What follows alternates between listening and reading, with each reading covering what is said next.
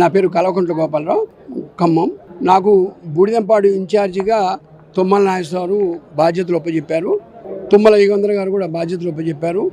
నా బాధ్యతగా నేను సక్రమంగా నిర్వర్తించాను అనుకుంటాను.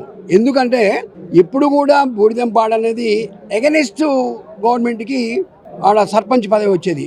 అంతకుముందు బీఆర్ఎస్ ఉన్నప్పుడు, బీఆర్ఎస్ గవర్నమెంట్ ఉన్నప్పుడు కాంగ్రెస్ పార్టీ గెలిచింది. 2 సార్లు కూడా కాంగ్రెస్ పార్టీ గెలిచింది.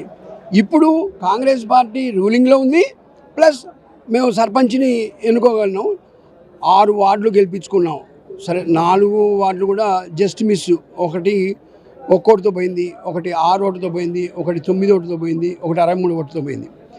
అది మేము ఒక విధంగా సర్పంచ్ గారి ఎన్నికకి ఏమైనా తేడా వస్తుందని భయపడ్డాం, కానీ అట్లాంటిది ఏం జరగలేదు.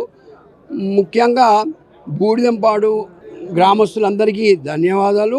రఘునాథపాలెం మండలంలోనే హైయెస్ట్ మ్యారిటీ వచ్చింది, 484 మ్యారిటీ.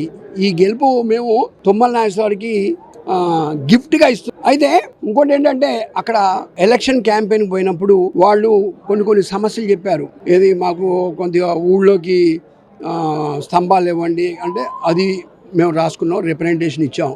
ఇందిరమ్మ ఇళ్ళు కావాలని చెప్పంటే దానికి కూడా సిద్ధమయ్యి ఇందిరమ్మ ఇళ్ళు ఇస్తామని చెప్పని వాగ్దానం చేసాం.